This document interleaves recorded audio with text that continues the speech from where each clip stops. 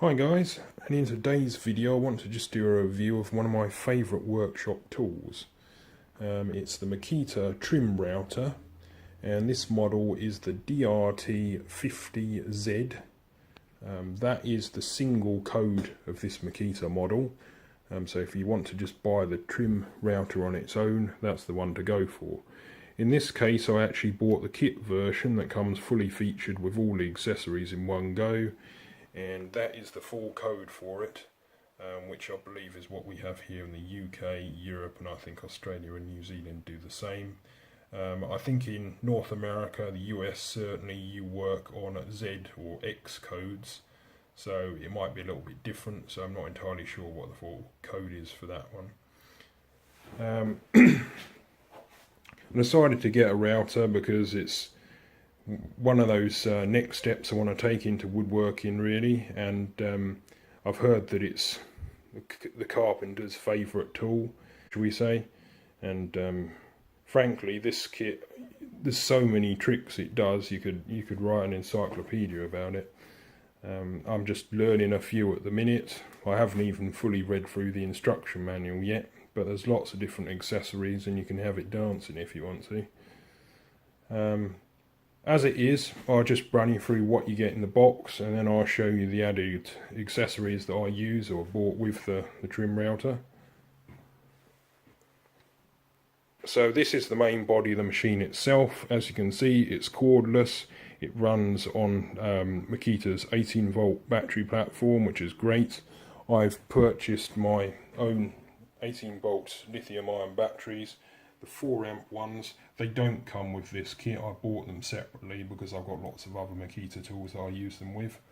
But those two work absolutely fine with this kit really. You'll get plenty of run time out of it. Yeah, going back to the trim router. So the battery goes in the top there. Variable speeds on the side.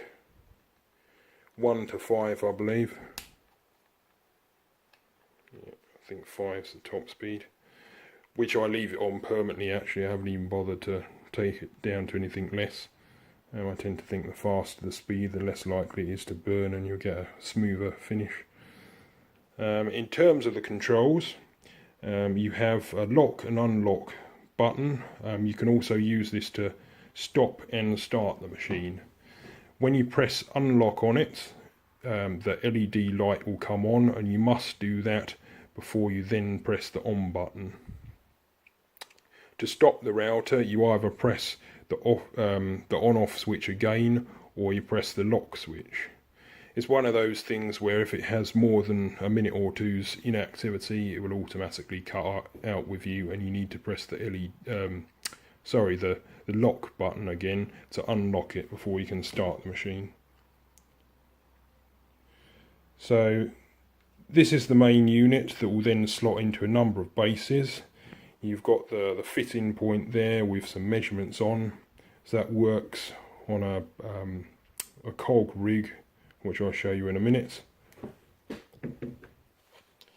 You've got the collet on the end here. So you insert your router bits here. I tend to do this before I actually put it in my chosen base. I just find it easier. And you've got the locking mechanism for the shaft there, so you just press that button in with your thumb there and you can wind this to tighten or loosen it.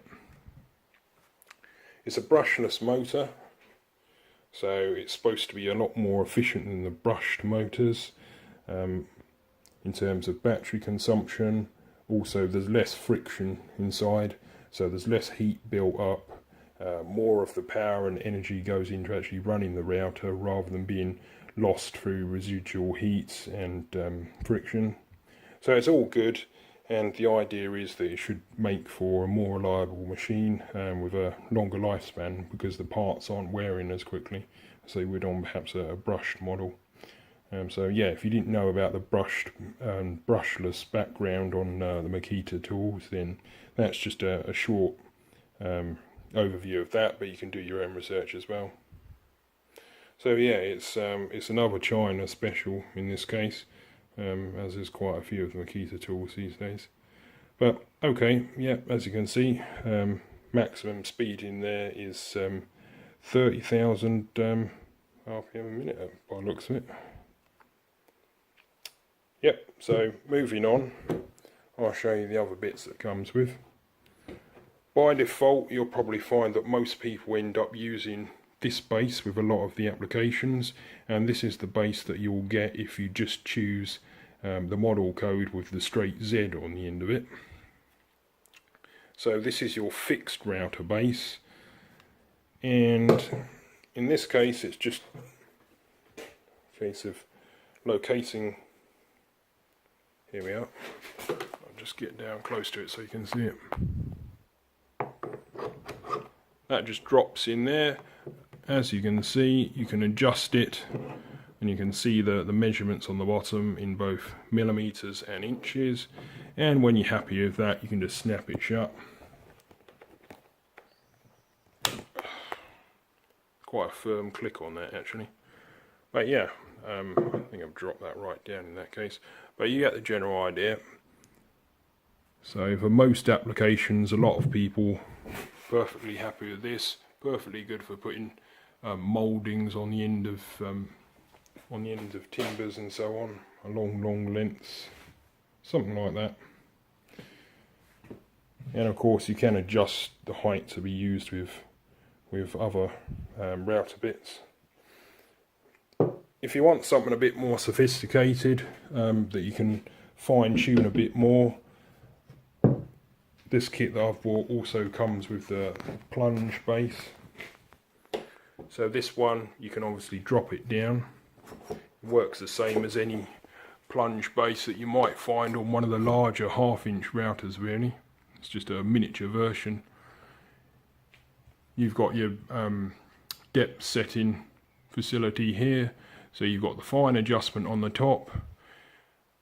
You've got your level here, which you then set to 0 and then set to whatever depth you're going to. This button's just on a spring mechanism. It's quite a strong, stiff spring I find actually, but that will help you lower and raise this thread until it hits one of these stops. So you've got 3 stopping points there that you can have as presets. And you've got your scale just on the side there. So you've got this Perspex guard on the front there, quite good for safety I suppose. On the side here you've got fittings on the base to have a fence set up. I'll show you that in a minute. You've got your locking off mechanism here to drop down the base, then lock it off at whatever set interval you want. And then you've got your clamp here, which the main body of the machine, the motor just drops into. So that's just a pressure fit really. Right, in terms of other bits that go with that plunge base, you have your fence, which in this case I've made my own modification to. As you can see, I've stuck a bit of plywood on it, simply because when you go down long lengths and you reach a stopping point or an end or a corner, I tend to find that having a longer surface pushing against it does give you that extra bit of support. Whereas Makita's version, they do have this spacing in between, and I find that it can jerk and jump sometimes. So I find just having a long straight edge fixed to it is something anyone can do, and it just gives you that extra bit of support, makes it a lot steadier coming on and off a surface. So yeah, that inserts inside, and I believe that you can use this also with the fixed base, that one over there as well.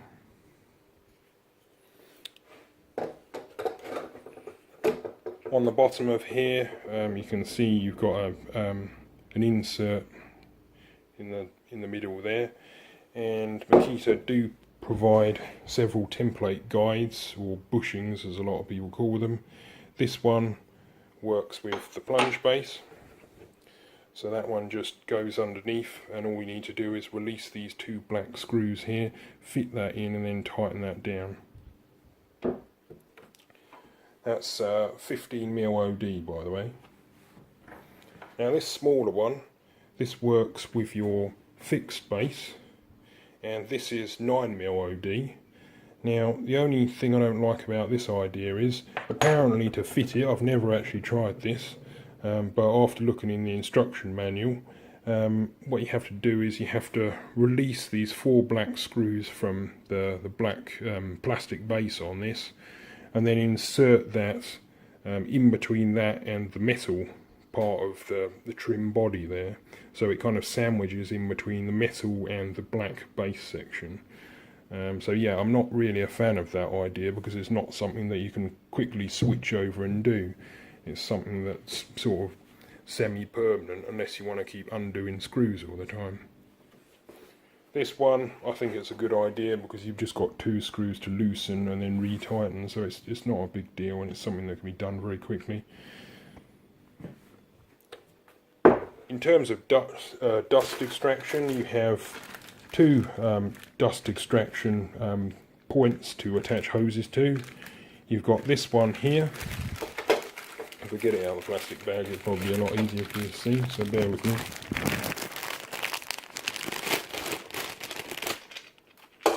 Right, okay. So this one fits on your fixed base.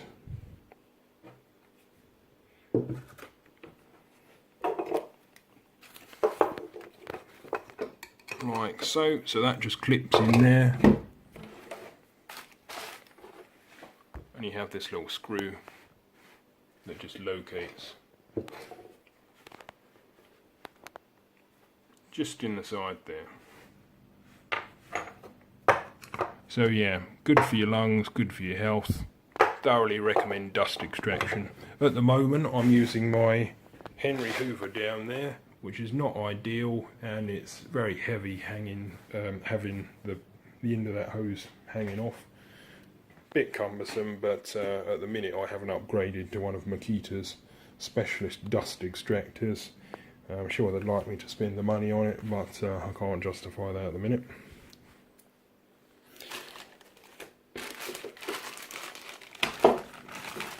Now the other one here, this fits on the plunge base.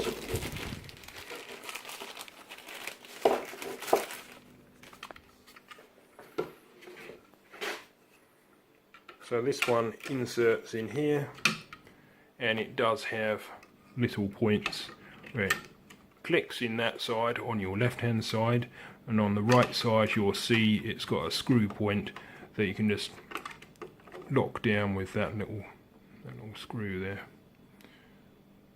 So yeah, strongly recommend that you fit that down as firmly as possible. Make sure it's not going to move or wiggle out the way. The mistake I made before was I had my Henry Hoover attached to it, and the end of the hose was so heavy it was actually dislodging the clip here, making it wiggle about, and when I was using the router, it actually came a bit too close to the router bit, and it has in fact slightly melted one of the edges, as you can probably see. So yeah, it's a small sacrifice really. It could have been a lot worse. If it was dangling there for any longer, it could have gone ping and exploded out. But yeah, all good fun. I'm sure we can buy as a spare part off Makita for a few quid. Right, these 2 bases, which also come with this all featured kit, I haven't used, to be honest, and I'm not sure when I'm going to do a project when they'll be included, but it's nice that they've put them in anyway. This is the tilt base. It appears to work much the same as the fixed base, it's just that you've got a pivoting point. You've got a ratchet system there, very similar as well, the way the solid base works.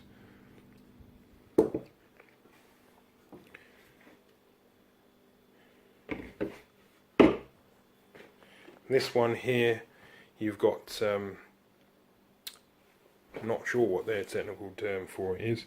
You can basically use it to draw circles, really, cut out holes and so forth. You've got an orbiting mechanism inside, where you've got a belt that spins round, And there's a few other accessories for it here that I haven't even looked into yet. But maybe it will come in sometime in the future. Okay. It's good to know it's there anyway. I think you can buy several grades of this kit. You've got the basic one, like I said, with just the Z on the end, but there might be a couple of other kits step up from that, where you just, for example, get an extra plunge base and maybe a fence or something like that. So I'm not sure whether there's an opportunity not to buy these two bases, but you never know, it might be good fun in future. They give you a handle as well for this turn base here, this circular base, to get more control. I believe you can pivot off some sheet material. You can pin it down at one point and have it spinning round on itself. So yeah, we'll see. Other than that, it does come with two spanners with this kit. I use the big one and just the push button locking mechanism, as I've just discussed, to release and tighten bits. But should you want to tighten a router bit or loosen it off whilst it's in one of the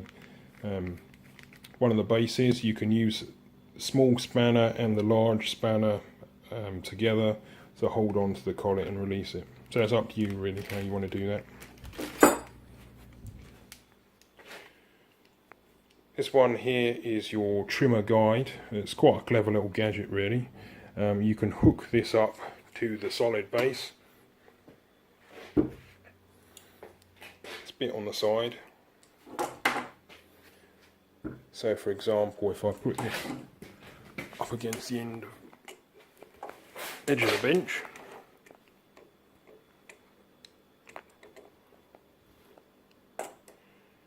you will see there's a bearing that it runs along there. So this will clip into that little track on the side there, and you tighten it up. And you can see there's some adjustments there. You can actually wind that in and out, so it then holds the router further to or closer to the side of the material you're cutting. I believe there's a height adjustment there as well, so you can drop the bearing down depending on what you're actually cutting. So that might give you a bit more support, and it makes sure that you're holding the router exactly perpendicular or 90 degrees to the surface you're cutting it on. So I haven't tried that yet. I've just been freehanding it really and trying to keep it as steady as possible when I do edge mouldings. But actually playing with this little gadget, you might get a bit of extra accuracy there.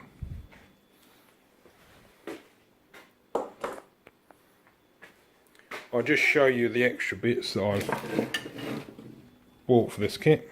As you can see, my two batteries, already looked at that. Bought myself a trend selection kit, router bits, just to get going really. So it's 1/4 inch, 12 in a kit, they're tungsten carbide bits.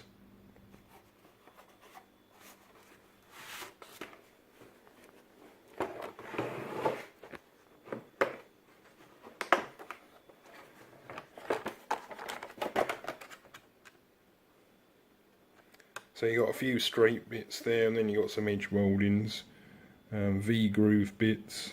The whole works really. Well, it's enough to get you started with anyway. If you want to get a bit more elaborate with that, you can do. Okay, yeah, they seem pretty good bits.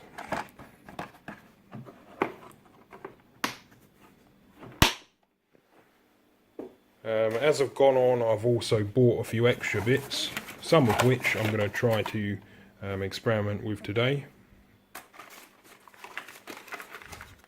These ones here, I've just bought some bog standard Silverline top and bottom bearing router bits.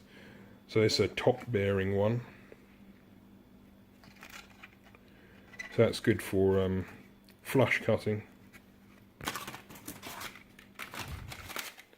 This one's much the same thing, but the reverse. You've got a bottom bearing on that.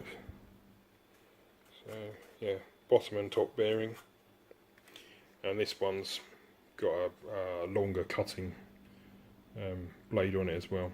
So if you want to go deeper along a really wide piece of trim, then you can do. And of course you've still got the adjustment on the routers as well, so that gives you a bit of extra depth.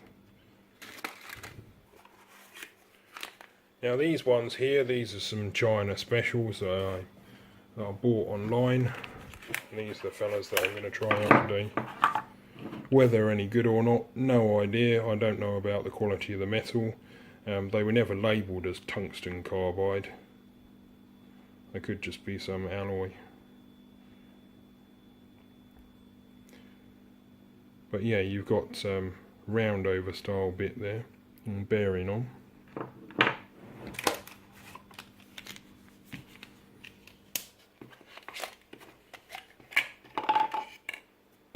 Ooh, throw it about the place. It's good, isn't it?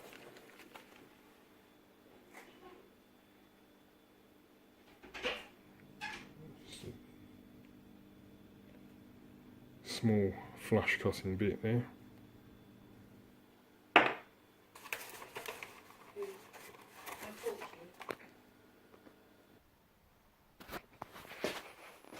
Right, and last but not least, we have a set of some tongue and groove style router bits. So I've got the tongue part here and a groove here. It's a massive chunky thing, so God knows how that's going to work out. But I'm going to do a few experiments anyway.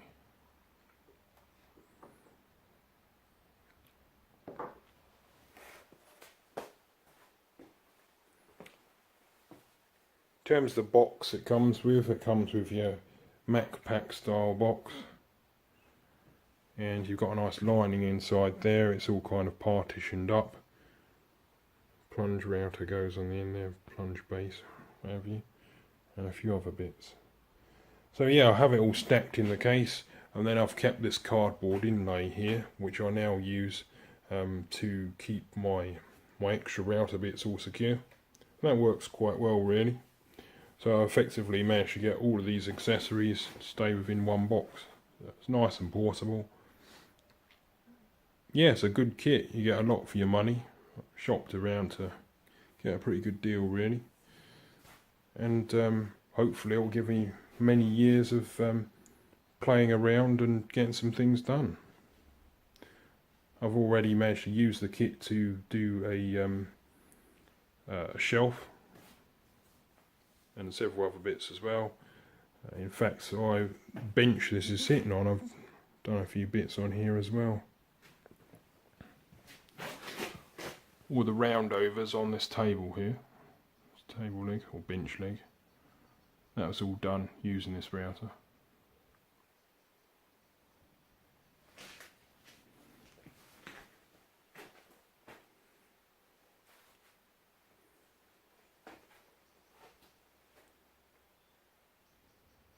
So yep, that's all the bump on the side there.